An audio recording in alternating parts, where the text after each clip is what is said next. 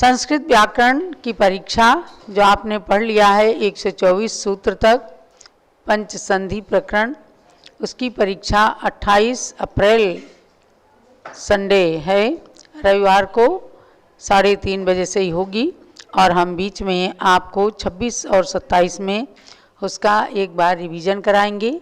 तब तक आप सब संस्कृत व्याकरण की क्लासों को encyclopediaofjainism.com में सारी ऑडियो क्लासेस संस्कृत व्याकरण क्लास नंबर 1 ऐसे करके सभी क्लासों को देख करके और उसे सुन सकते हैं।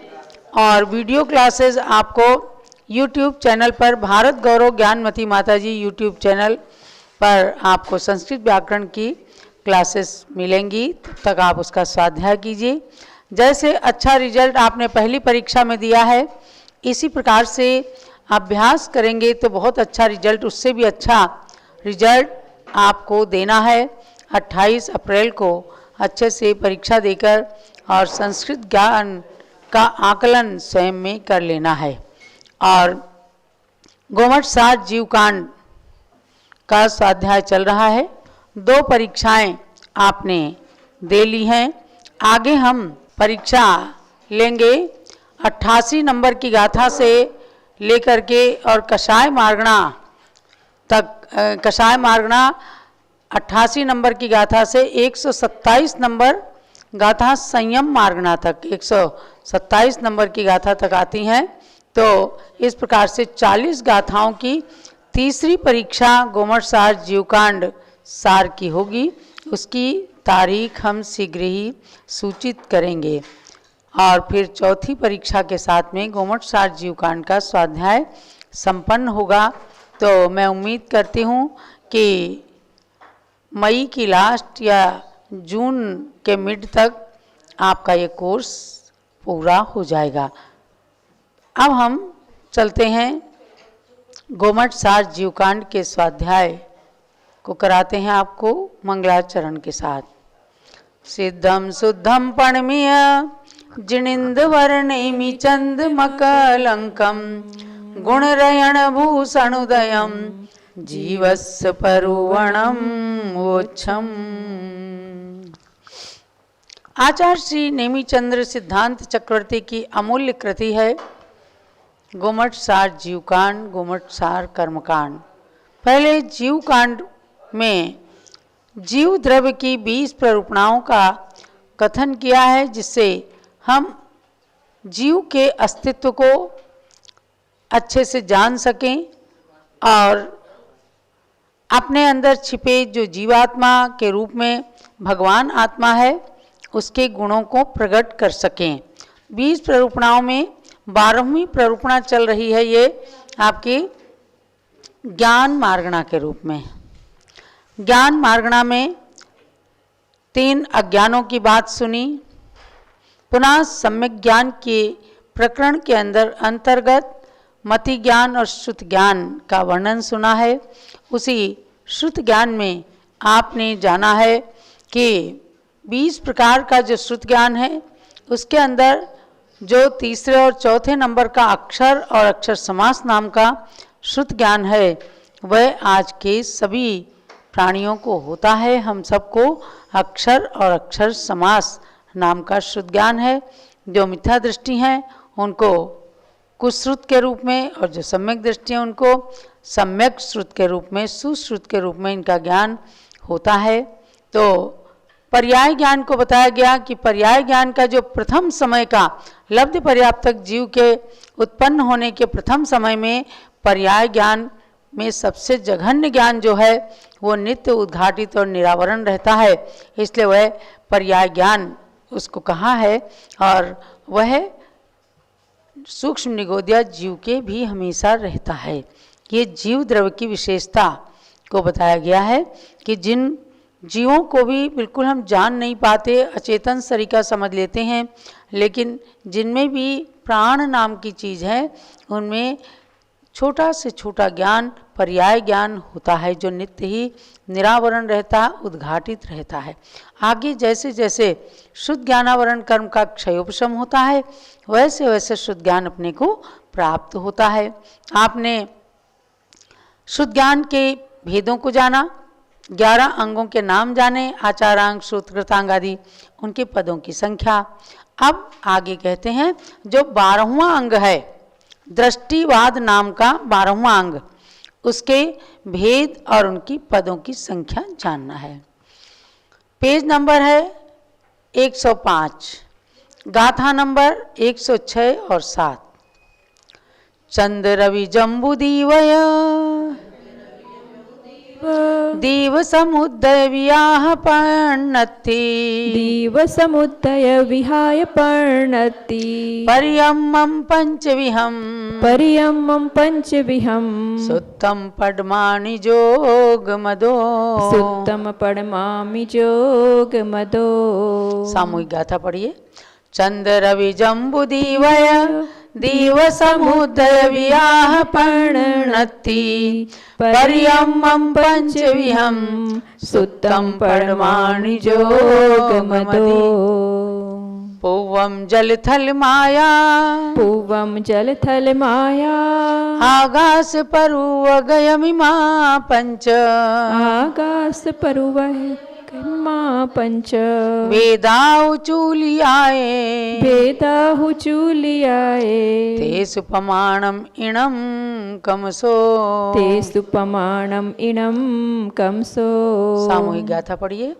पूवं जलथल माया, आगास परुवमा पंच, वेदाहु चूलियाए, ते सुपमाणम इणम कमसो। अंग और पूर्व रूप से निबद्ध अंग पूर्व श्रुति ज्ञान को नमन करते हुए आप 12वें अंग के भेद को जानेंगे। 12वें अंग का नाम है दृष्टिवाद अंग। उस दृष्टिवाद अंग के 5 भेद हैं। कितने भेद हैं? 5 भेद हैं।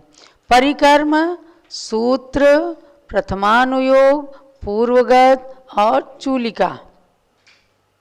श्रुत ज्ञानों के भेद के अंतर्गत ही ये आते हैं, क्योंकि 12वां अंग जो है, 11 अंग 14 पूर्व कहते हैं ना, तो 11 अंग तक के नाम, उसके बाद 12वें अंग में भेद प्रभेद को लेकर के ये 11 अंग 14 पूर्व कहे जाते हैं।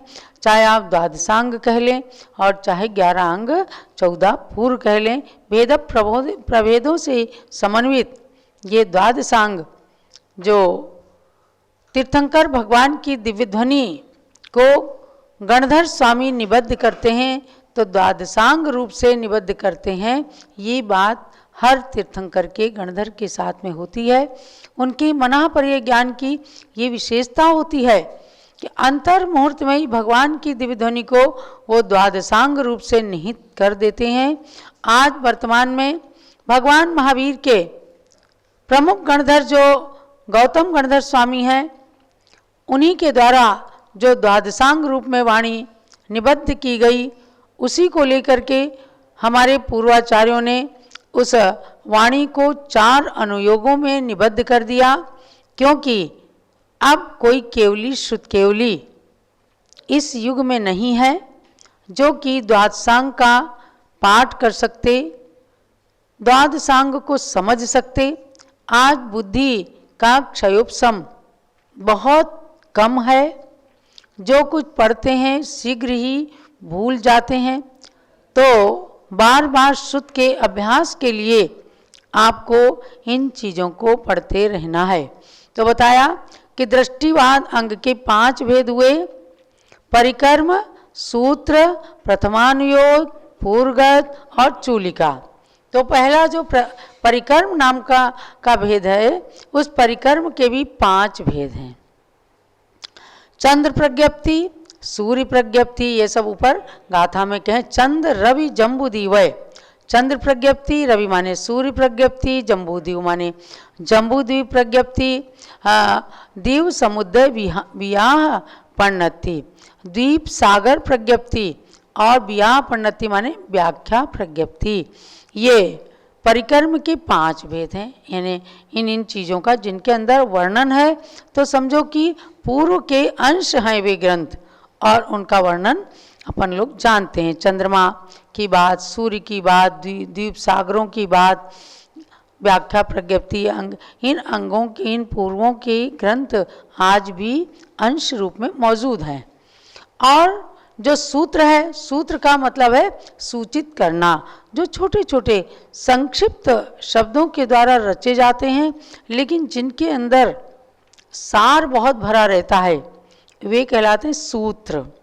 और सूत्र में कहा जाता है कि जब सूत्र रूप जिनवाणी को आचार्य निबद्ध करते हैं, तो अगर सूत्र के अंदर एक अक्षर कम हो जाए और अर्थ उसका पूरा निकल जाए, तो सूत्रों की सूक्ष्मता और अल्पाक्षर होने में उन आचार्यों को, उन रचनाकार को पुत्र जन्म के जितनी खुशी होती है, क्योंकि छोटे में उन्होंने बहुत बड़ा अर्थ समाविष्ट कर दिया। तो सूत्र की जब रचना करते हैं, रचना करने में पूरा अर्थ आ रहा है उनका भाव, और अगर एक अक्षर उसमें जितना रचा उसमें एक अक्षर कम करके वो भाव आ रहा है, तो उनको परम प्रसन्नता की अनुभूति होती है। ऐसे सूत्र का अर्थ मतलब है कि तीर्थंकर भगवान की वाणी को सूचित करने वाला।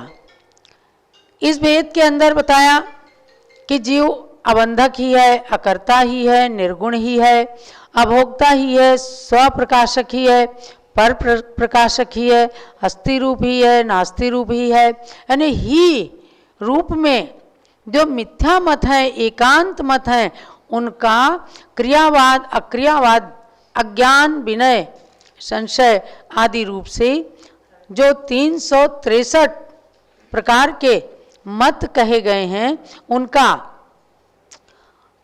निराकरण उन्हें पूर्व पक्ष में रख करके और उनका खंडन करके दिखाया जाता है। जैसे अष्टसहस्री, प्रमेय, कमल, मार्तंड और उनमें प्रवेश पाने के लिए परीक्षा मोक्ष, न्याय दीपिका, ये सब ग्रंथ हैं। तो इनके अंदर क्या है कि पहले एकांतवादियों के पक्ष को रख करके फिर साद्वाद के द्वारा, अनेकांत के द्वारा आचार्य के मतानुसार उसका खंडन करते हैं, अपने मत की पुष्टि करते हैं। तो अपना मत मतलब निज मत नहीं, जिन मत के द्वारा जिसकी पुष्टि होती है, तो वही सम्यक ज्ञान कहलाता है। तो ये हुआ कि सूत्र का अर्थ, परिकर्म सूत्र प्रथमानुयोग। प्रथमानुयोग का क्या अर्थ है? प्रथम अर्थात मिथ्या दृष्टि या आवृत्तिक अव्युत्पन्न श्रोता को लक्ष्य करके जो प्रवृत्त हो, माने जो सम्यक दर्शन को उत्पन्न कराने में शब्द हैं, ग्रंथ हैं, वे प्रथमानुयोग कहलाते हैं। महापुराण, पद्म पुराण, हरिवंश पुराण, बहुत सारे प्रथमानुयोग के ग्रंथ हैं कि जिनमें 63 सलाका महापुरुषों का जीवन चरित्र पढ़ करके अपना सम्यक दर्शन शुद्ध हो जाए, वृद्धिंगत हो जाए, मजबूत हो जाए, दृढ़ हो जाए। ऐसे प्रथमानुयोग ग्रंथ देखो पूर्व के अंश हैं। जो लोग प्रथमानुयोग को आज हे समझते हैं, उपादेय नहीं समझते हैं, तो उनकी मिथ्या बुद्धि को इससे सम्यक बुद्धि मिलनी चाहिए। आप ये समझ लो कि परिकर्म के 5 भेदों में, दृष्टिवाद अंग के 5 भेदों में प्रथमानुयोग द्वादशांग का अंश है। इसलिए प्रथमानुयोग ग्रंथों को कभी भी जुटलाया नहीं जा सकता। कभी कभी प्राणी क्या है, अज्ञानता में आकर के प्रथमानुयोग ग्रंथों में कथित कहानियों को जुटलाने में लग जाते हैं। ये बहुत बड़ा जिनवाणी का और आचार्य का अवर्णवाद होता है। इससे ज्ञानावर्णी कर्म का बहुत बड़ा बंध होता है। तो 63 सलाका पुरुषों आदि का वर्णन करने वाला प्रथमानुयोग ये दृष्टिवाद अंग का तीसरा भेद है। पूर्वगत इसके 14 भेद हैं। 14 पूर्व, अग्रणी, उत्पाद पूर्व, अग्रणी पूर्व आदि आगे आएंगे, तो जिनके इनके नाम का वर्णन आगे करेंगे। 5वां भेद है दृष्टिवाद का चूलिका। चूलिका के 5 भेद हैं, जलगता, स्थलगता, मायागता, आकाशगता और रूपगता। तो इनकी पदों का कुल प्रमाण बताया गया है कि 5 भेद सहित इस दृष्टिवाद नाम के 12वें अंग में 1,08,68,56,000 पद होते हैं और कितने कितने एक एक पद बहुत बड़े बड़े। इसलिए ज्ञानमती माता जी कहती हैं कि भैया इन ग्रंथों का स्वाध्याय करो, जानो कि पद किसे कहते हैं। द्वादशांग केवल श्रद्धा करने का विषय है। द्वादशांग हमारी और आपकी कलम से कभी भी लिखा नहीं जा सकता है।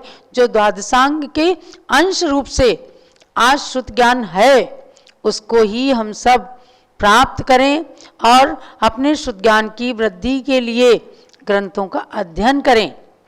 इसलिए मूलाचार के अंदर भगवती आराधना के अंदर कहा कि विनयेण सुधमधीदम यदि भी पमादेण होदि विस्सरिदुम तम उवट्ठादि पर भवे केवल नानम च आहवधि। विनय पूर्वक पढ़ा गया श्रुत चाहे भूल भी जाए। हम सोचते हैं हमने बचपन में पढ़ा था, भूल गए, भूल भी गए तो भी कोई बात नहीं।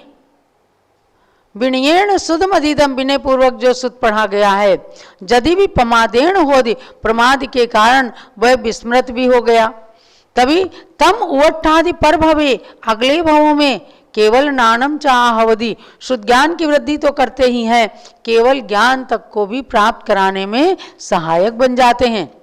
इसलिए आचार्य श्री वीर सागर महाराज जो गणनी ज्ञानमती माता के गुरुदेव थे, शांति सागर महाराज के संस्कार जिन्होंने प्राप्त किए थे, उनके प्रथम शिष्य बने थे, वे हमेशा कहते थे पठितव्यम खलु पठितव्यम अग्रे अग्रे स्पष्टम भविष्यति।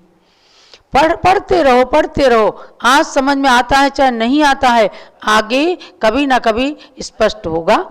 हम भी देखते हैं कि पहले जब बचपन में ज्ञानमती माता ने हम लोगों को शास्त्री की परीक्षा में अष्टसहस्री आदि ग्रंथ पढ़ाए तो एक प्रकरण आता था, तब समझ नहीं पाते थे कि पांचों इंद्रियां किस प्रकार से एक समय में कार्य कर सकती हैं।